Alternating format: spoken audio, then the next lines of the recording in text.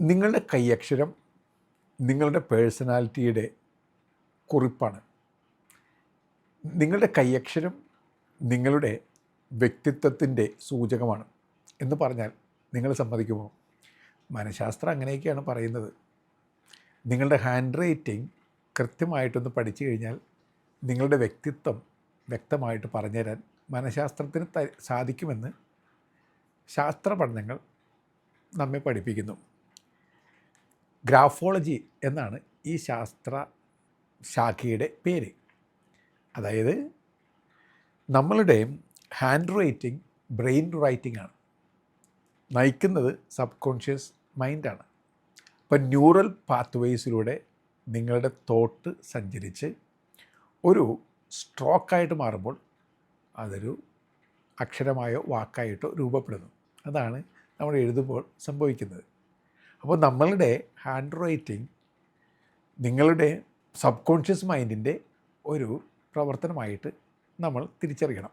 Motor cortex ആണ് ഇതിനെ നിയന്ത്രിച്ചുകൊണ്ടിരിക്കുന്നത്, തലച്ചോറിലെ മോട്ടോർ കോർട്ടെക്സ്. അപ്പോൾ ശരിക്കും പറഞ്ഞു കഴിഞ്ഞാൽ വ്യക്തിത്വത്തെ അനലൈസ് ചെയ്യുന്ന ഒരു ഉപകരണം പോലെ നിങ്ങളുടെ ഹാൻഡ് റൈറ്റിങ്ങിനെ കാണാൻ സാധിക്കും. ഇനി എങ്ങനെയാണ് ഹാൻഡ് റൈറ്റിംഗ് ഉപയോഗിച്ച് മനഃശാസ്ത്രജ്ഞർ നിങ്ങളുടെ സ്വഭാവത്തെ വിശകലനം ചെയ്യുന്നത്? വളരെ സിമ്പിളായിട്ട് പറയാൻ ഞാൻ ആഗ്രഹിക്കുകയാണ്. 1, നിങ്ങളുടെ അക്ഷരത്തിൻ്റെ സൈസ്.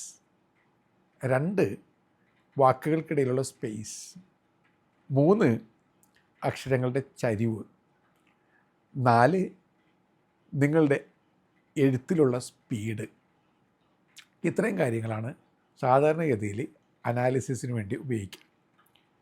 ആദ്യം നമുക്ക് നമ്മളുടെ വാക്കുകൾക്കിടയിലുള്ള സ്പേസ് കണ്ടെത്താം.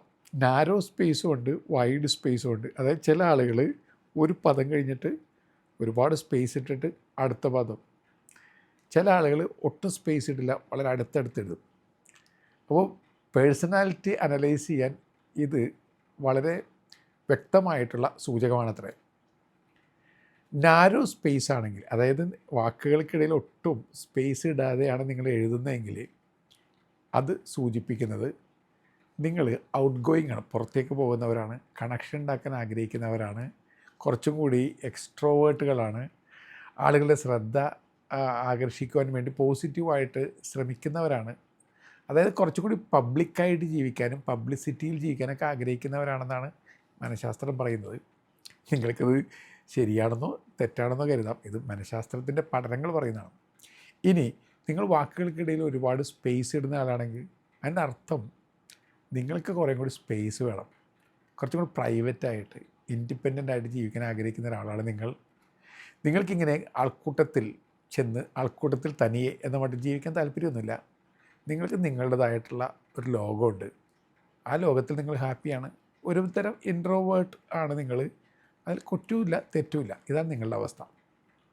ഇനി സ്പേസ് കഴിഞ്ഞിട്ട് നിങ്ങൾ ലെറ്ററുകളുടെ വലിപ്പച്ചെറുപ്പങ്ങൾ. വലിയ അക്ഷരങ്ങളിൽ എഴുതുന്നവരുണ്ട്, ചെറിയ അക്ഷരങ്ങളിൽ എഴുതുന്ന ആളുകളുണ്ട്. ഇനി നിങ്ങളുടെ അക്ഷരങ്ങൾ വളരെ ചെറുതാണെങ്കിൽ അതിൻ്റെ അർത്ഥം നിങ്ങൾ കുറച്ചും കൂടി പിന്നിലിരുന്ന് പ്രവർത്തിക്കാൻ ആഗ്രഹിക്കുന്ന ആളാണ്. അതായത് ആൾക്കൂട്ടത്തിലേക്ക് വരാനോ സ്റ്റേജിൽ കയ്യടി വാങ്ങാനോ ആഗ്രഹിക്കുന്ന ആളല്ല.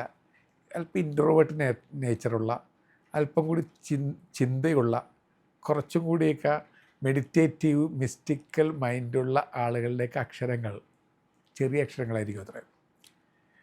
ഇനി വലിയ അക്ഷരങ്ങളെന്ന് പറയുമ്പോഴത്തേക്കും കോൺഫിഡൻസ് ലെവലൊക്കെ കൂടുതലായിരിക്കും, കുറച്ചും കൂടി എക്സിബിഷനിസം, അതായത് സ്വയം ഒന്ന് പ്രകടിപ്പിക്കാൻ. ഇതൊന്നും നെഗറ്റീവ് സാധനങ്ങളല്ല, സ്വയം ഒന്ന് പ്രകടിപ്പിക്കാനും സെൽഫ് എക്സ്പ്രഷന് വേണ്ടിയൊക്കെ ശ്രമിക്കുന്നവരാണ്, ആളുകളിലേക്ക് ഇറങ്ങി ചെല്ലുന്നവരാണ്, ആളുകളുമായിട്ട് പെട്ടെന്ന് കണക്ഷൻ ഉണ്ടാക്കുന്നവരാണ്, പ്രത്യേകിച്ച് ഒരുപാടൊന്നും ചിന്തിച്ചു കൂട്ടുന്നില്ല.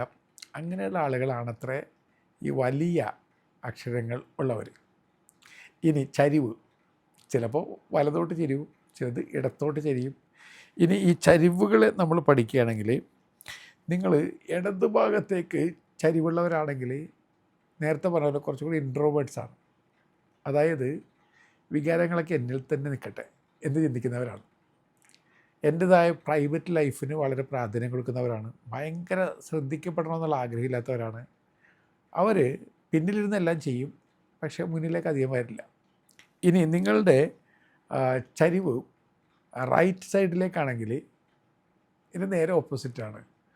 അവർ ഫ്രണ്ട്ഷിപ്പ് ആഗ്രഹിക്കുന്നു, കമ്പനി ആഗ്രഹിക്കുന്നുണ്ട്, കയ്യടി ആഗ്രഹിക്കുന്നുണ്ട്, അംബീഷ്യസ് ആണ്, ഇൻഡസ്ട്രിയസ് ആണ്, എല്ലാവരുടെയും ശ്രദ്ധ കിട്ടണമെന്ന് ആഗ്രഹിക്കുന്നവരാണ്.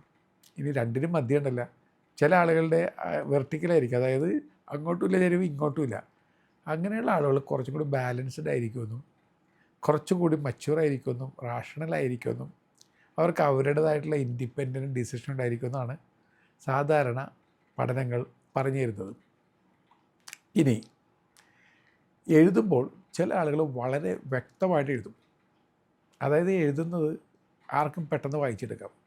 അവരുടെ ജീവിതം പോലെ തന്നെ പ്രത്യേകിച്ച് മറച്ചു പിടിക്കാനൊന്നുമില്ല, കുറച്ചുകൂടി ഓപ്പണാണ്, ഫ്രാങ്കാണ്, രഹസ്യാത്മകതയില്ല. അതേസമയം ചില ആളുകൾ എഴുതിയത് പെട്ടെന്ന് മനസ്സിലാവില്ല. അത് കോംപ്ലിക്കേറ്റഡ് വ്യക്തിത്വമാണെന്ന് അർത്ഥം. അതായത് ഇവരുടെ ഉള്ളിൽ വേറെ ലോകം ഉണ്ടാകാം. പുറമേ കാണുന്ന ലോകത്തിൻ്റെ അപ്പുറത്തേക്ക് അല്പം ദുരൂഹമായ, നിങ്ങൾക്ക് മനസ്സിലാകാൻ പറ്റാത്ത വിധത്തിൽ സങ്കീർണമായ ഒരു ജീവിതം അകത്ത് എവിടെയോ ഇരുൾ ലോകത്ത് കഴിഞ്ഞു കൂടുന്നുണ്ടാകാം. അങ്ങനെ ആയിരിക്കാം. ഇനി ഈ നിറയെ വെട്ടുകളും തിരുത്തലുകളും ഒക്കെ ഉള്ളത്, ഒന്ന് അവർക്ക് അവരായിരിക്കുന്നത് കാണിക്കാൻ പേടിയായിരിക്കാം. അതുകൊണ്ട് അവർക്ക് എപ്പോഴും സംശയമാണ്, അവരിൽ തന്നെ വലിയ വിശ്വാസമില്ല. എഴുതുന്നതൊക്കെ തെറ്റിപ്പോകുന്നുള്ള ചിന്തകൊണ്ട് തെറ്റിച്ച് കളയും, പിന്നെ വെട്ടും തിരുത്തും. ചിലർ അതിൽ ഒരുപാട് വരകൾ വെക്കും. അത് ഒരുപാട് മറച്ചു പിടിക്കാനുള്ള ശ്രമമായിരിക്കാം. അപകർഷതാബോധവും പേടിയും ഒക്കെ കൂടുമ്പോഴായിരിക്കാം. പിന്നെ അപൂർവം ചില മനുഷ്യർ ഇങ്ങനെ ഒരുപാട് വെട്ടിത്തിരുത്തി അവിടെ മുഴുവൻ കറുത്ത മഷിയൊക്കെ നിറക്കുന്നതിൻ്റെ കാരണം ഭയങ്കരമായിട്ട് മറച്ചു പിടിക്കാനുള്ള പെടാപ്പാടിൻ്റെ ഭാഗമായിട്ടായിരിക്കാം. ഇതൊന്നും ഞാൻ ഉറച്ച് വിശ്വസിച്ച് പറയുന്നതല്ല, സാധാരണ മനഃശാസ്ത്ര പഠനങ്ങൾ പറയുന്നതാണ്. ഞാൻ നേരത്തെ പറഞ്ഞതുപോലെ ശരിയാകാം, തെറ്റാകാം, നിങ്ങൾക്ക് സ്വീകരിക്കാം, സ്വീകരിക്കാതിരിക്കാം, ഇറ്റ്സ് അപ് ടു യു. എല്ലാ കാര്യങ്ങളിലും കുറേ സത്യം ഉണ്ടാവും, എല്ലാ കാര്യങ്ങളിലും കുറേ ശരിയും ഉണ്ടാകാം.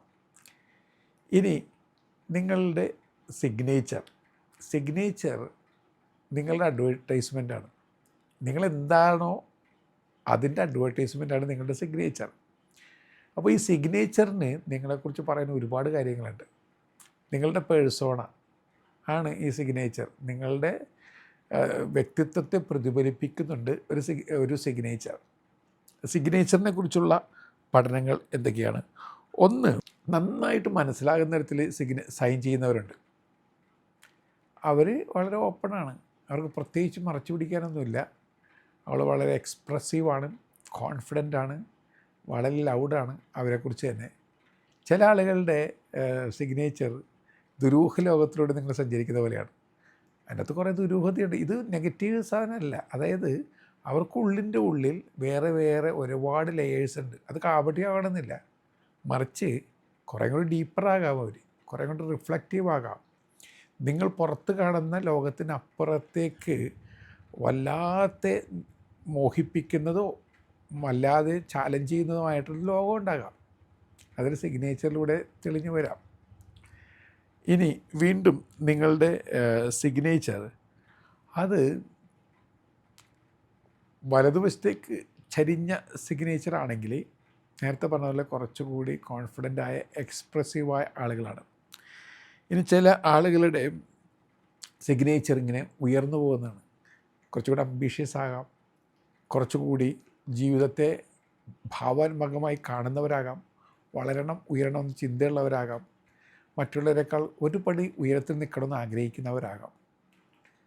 ഇനി ചിലരുടെ സിഗ്നേച്ചർ തീരെ സിമ്പിളായിരിക്കാം. അത് അവരുടെ സിംപ്ലിസിറ്റിയുടെ ഒരു ഭാവമായിരിക്കാം, അല്ലെങ്കിൽ അവരുടെ ഭയത്തിൻ്റെ ഭാവമായിരിക്കാം. ഒരുപാട് കോംപ്ലിക്കേഷനൊന്നുമില്ല, വളരെ സിമ്പിളായിട്ട് വളരെ നൈസായിട്ട് അങ്ങനെ ഒരു പ്രശ്നം ഉണ്ടാക്കാതെ പ്രശ്നത്തിൽ നിന്ന് ഒഴിഞ്ഞു മാറിക്കൂടി ജീവിക്കണം എന്ന് കരുതുന്നവരുടെ സിഗ്നേച്ചർ വളരെ ചെറുതായിരിക്കാം. അതേസമയം ജീവിതത്തെ ഒരു അഡ്വഞ്ചറായി കാണുന്ന, ക്രിയേറ്റിവിറ്റിയും പ്രൊഡക്റ്റിവിറ്റിയും കൊണ്ട് ജീവിതത്തെ മൂടുന്ന, ഒരുപാട് തലങ്ങളിലേക്ക് സഞ്ചരിക്കാൻ ആഗ്രഹിക്കുന്നവരുടെ സിഗ്നേച്ചർ വളരെ വിശാലമായിരിക്കാം, വളരെ ആർട്ടിസ്റ്റിക് ആയിരിക്കാം, വളരെ സങ്കീർണമായിരിക്കാം. അപ്പോൾ അവരുടെ ഇമാജിനേഷനും ക്രിയേറ്റിവിറ്റിയും ജീനിയസ് നേച്ചറൊക്കെ വളരെ ഹൈ ആയിരിക്കാം. ഇങ്ങനെ അക്ഷരം നമ്മുടെ സ്വഭാവത്തിൻ്റെ സൂചകമായി മാറുന്നുണ്ട്. നിങ്ങൾ പുസ്തകമൊക്കെ ഒന്ന് എടുത്ത് നോക്കുക. നിങ്ങളെങ്ങനെയാണ് എഴുതുന്നത്, നിങ്ങളുടെ സിഗ്നേച്ചർ എങ്ങനെയാണ്, നിങ്ങളുടെ കൈയക്ഷരം എങ്ങനെയാണ്, നിങ്ങളുടെ വാക്കുകളുടെ കോമ്പിനേഷൻ എങ്ങനെയാണ്, സ്പേസുകൾ എങ്ങനെയാണ്, വെറുതെ ഒന്ന് പഠിച്ചു നോക്കുക. രസമാണ്. പൂർണ്ണമായിട്ട് ശരിയാവണമെന്നില്ല. ഒരു കൗതുകം നിറഞ്ഞ കണ്ണോടെ, ഒരു കുഞ്ഞിൻ്റെ കൗതുകം നിറഞ്ഞ ഹൃദയത്തോടെ ഇതുകൂടി മനസ്സിലാക്കാൻ ശ്രമിക്കുക. നല്ല യാത്ര നേരുന്നു.